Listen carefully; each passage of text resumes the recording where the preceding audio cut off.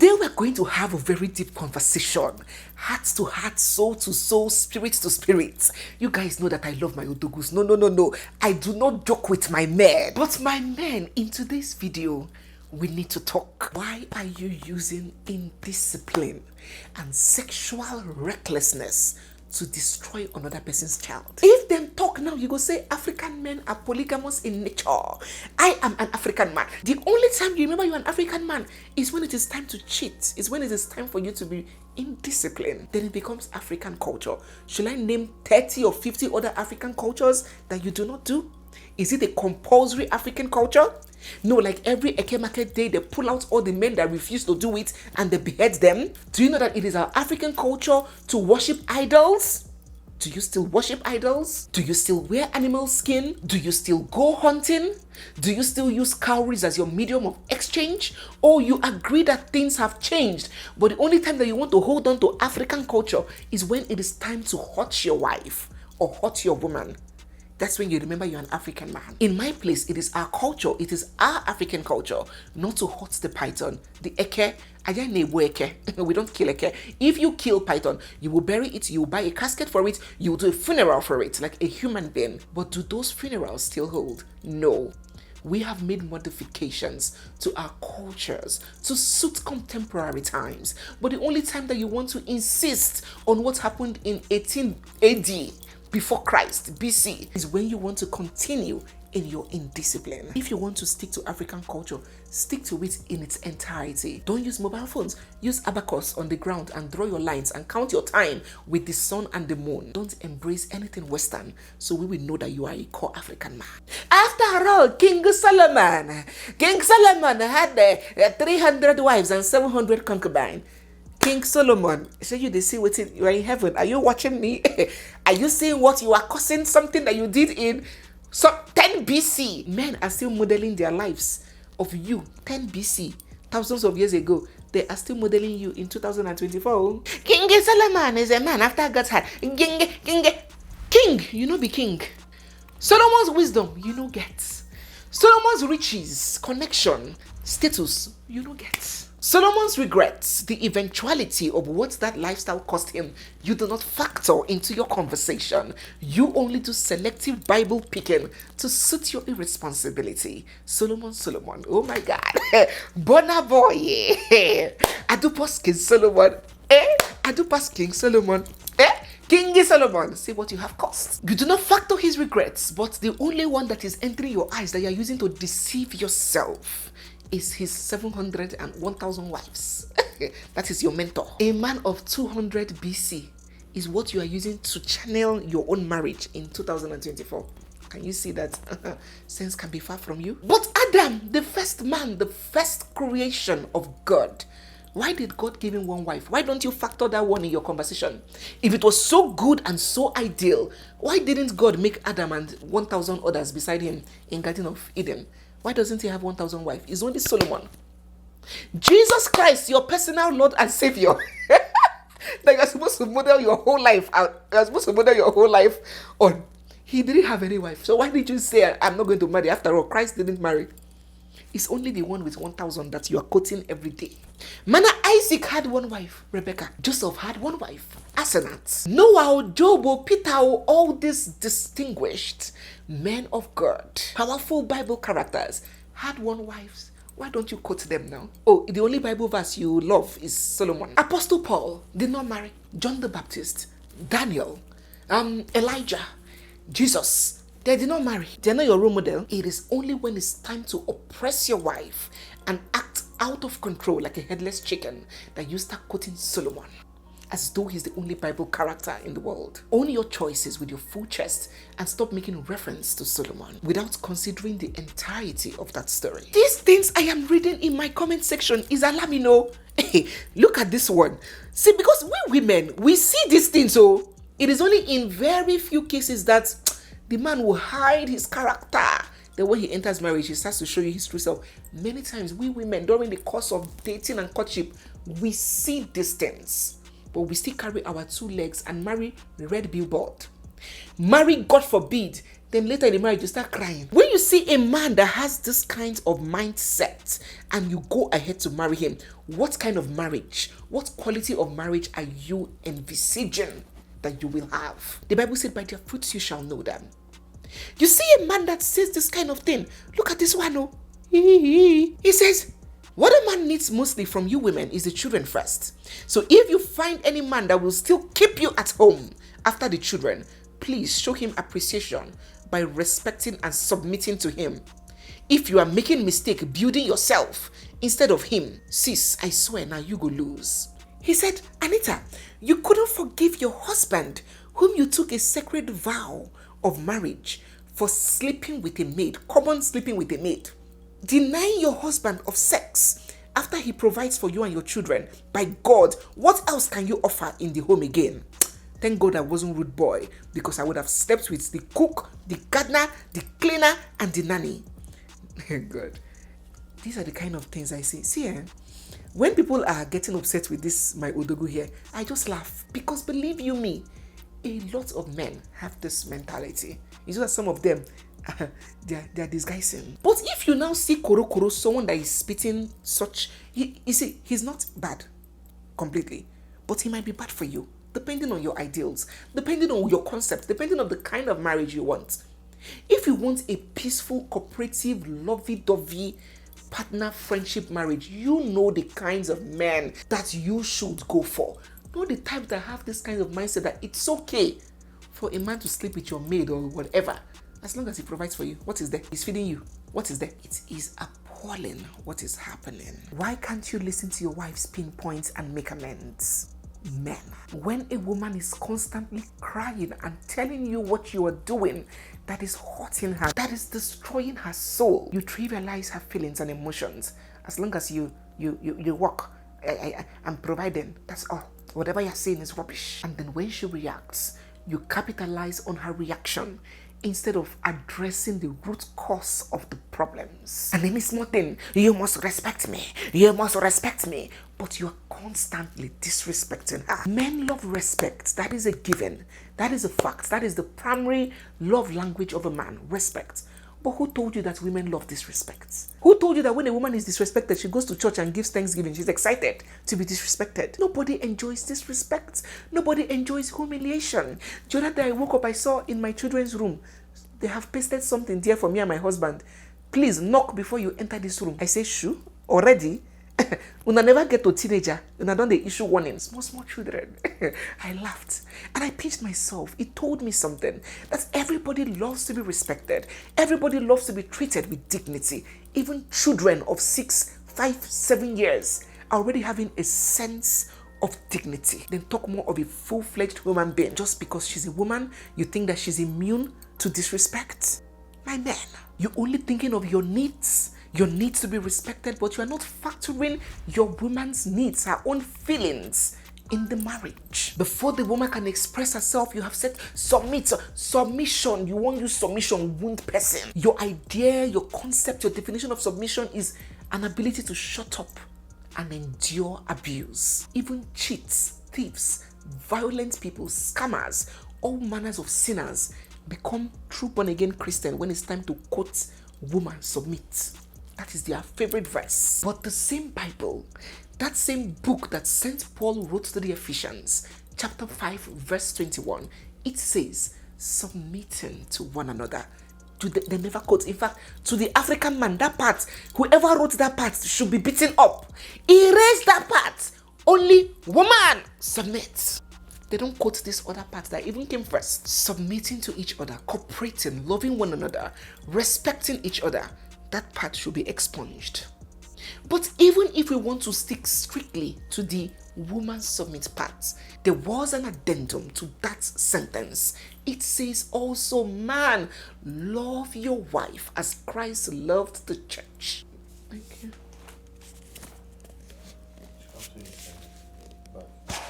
Okay. My Otoku just brought me hot coffee to cool my throat as I'm talking to you. Odogu, Odogu, what are you doing? I'm loyal to your government, my darling. Odogu, will they care for your wife? They pamper them like queen. Hold on, let me drink my coffee. But you are constantly demanding, submit. But you don't want to love. You don't want to. Christ loved the church so much. He served in absolute humility and kindness. He washed the feet of his disciples. He died for the church. He put the church before himself. He was sensitive to the needs of the church. He led in total service and humility. He stooped for the church. But you want to control with hostility and pride, and you stay there quoting every day. But I don't understand. Can you beat up someone that you love how Christ loved the church? Can you constantly, emotionally, and financially abuse someone that you love how Christ loved the church? You don't want to play your part. You don't want to take up any role, any responsibility, but you keep quoting and quoting. What does it take from you to be kind to your wife, to treat her like a queen? Is there any award that will be given to you at the end of your life for being the most wicked husband, for being the most betraying husband, for rewarding your wife's submission with keeping a hidden family somewhere? Is there any award? Marriage which sweet like a balumo, it reach your turn. You turn into military camp. Oshe Lord Commander, Oshe Emperor, Father of Dragons, first of his name, ruler of the 7 kingdoms, keeper of the realm. Calm down. Obeni Farabale. This no be Bori Campo. Hey! Is it a military regime? Why can't your wife have peace? How can a woman be in a marriage and her husband comes back and she's trembling, she's unhappy? She prefers her husband to be out. What kind of marriage is that? How can a woman be in a marriage and the man will be mocking her body, comparing her body to the bodies of his harlots outside? What I see, what I read, the kind of information, people should not tell me this kind of thing now. It's paining me. I'm not happy to see it because I know that is not how marriage is supposed to be. That is not God's design for marriage. You're busy shouting submission, shouting respect.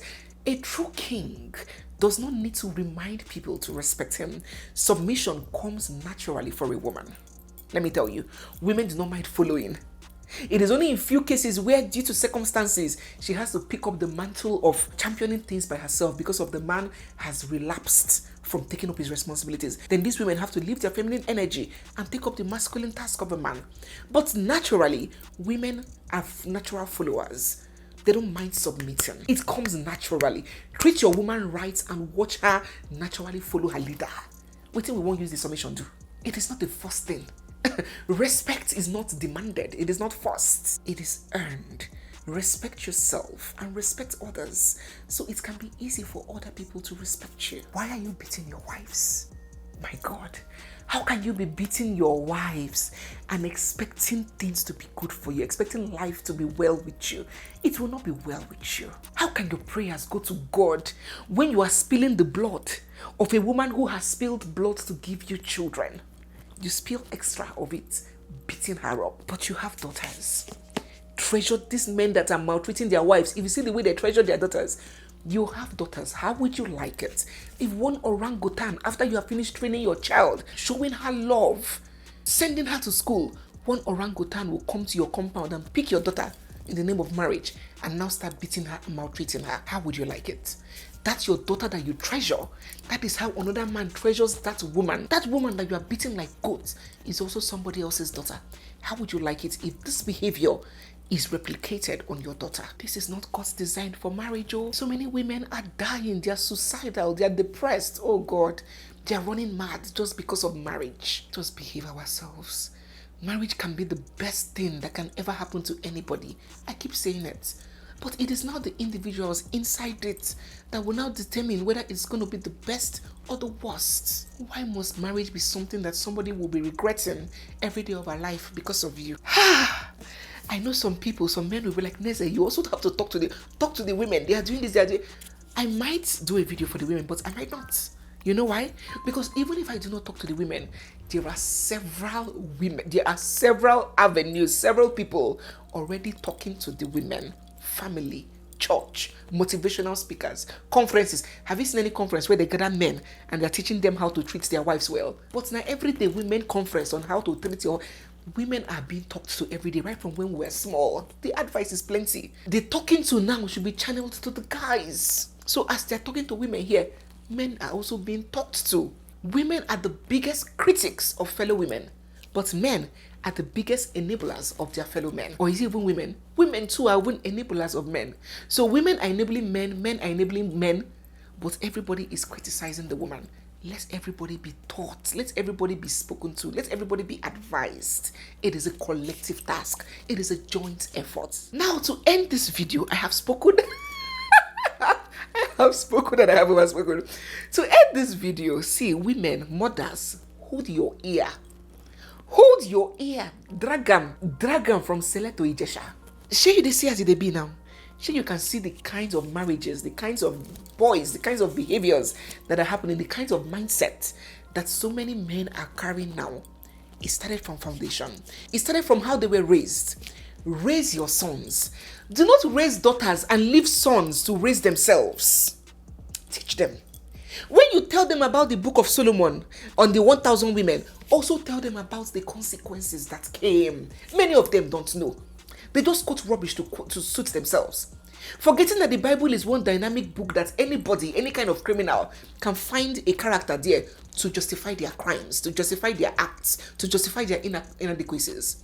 A prostitute go say, after all, Jesus Christ say, let he who is without sin cast the first stone. Prostitute go use that one as defense. Jesus Christ shielded prostitute. Thief will say, oh, after all, on the cross, it was a thief that Jesus Christ saved. There's anybody, any kind of human being has something in the Bible to quote to justify their nonsense. The Bible can be easily misinterpreted. Teach your sons. If you have a good marriage, you know what you're enjoying. Do not raise a son that will now go out there and be a hell to another person's daughter after you have enjoyed a good man. Posterity will not be kind to you. And if you have suffered a bad marriage or you are suffering a bad marriage, you know what you are going through. You know what your eyes are seeing. Let that change. That man that you wish your husband was, replicate that man in your son. Teach him how to treat a woman. Teach him that the world does not revolve around him. Teach him discipline. Teach him how to pick after himself. Teach him how to clean. Teach him that cooking is a basic survival skill. Don't sit down there and say, he's a man, and you are raising your daughters alone. After you carry such an individual, you infect the society. And he will come on social media saying women should be at the feet. Women should not have a life. Their life was built to serve the man. You shut up when your husband cheats. You start saying all sorts of twisted ideologies because that was how you raised them. Teach your sons that a woman came out of the side of a man because God wants them to live in partnership, in collaboration, in understanding. She didn't come from his head because God didn't intend for her to be superior to him.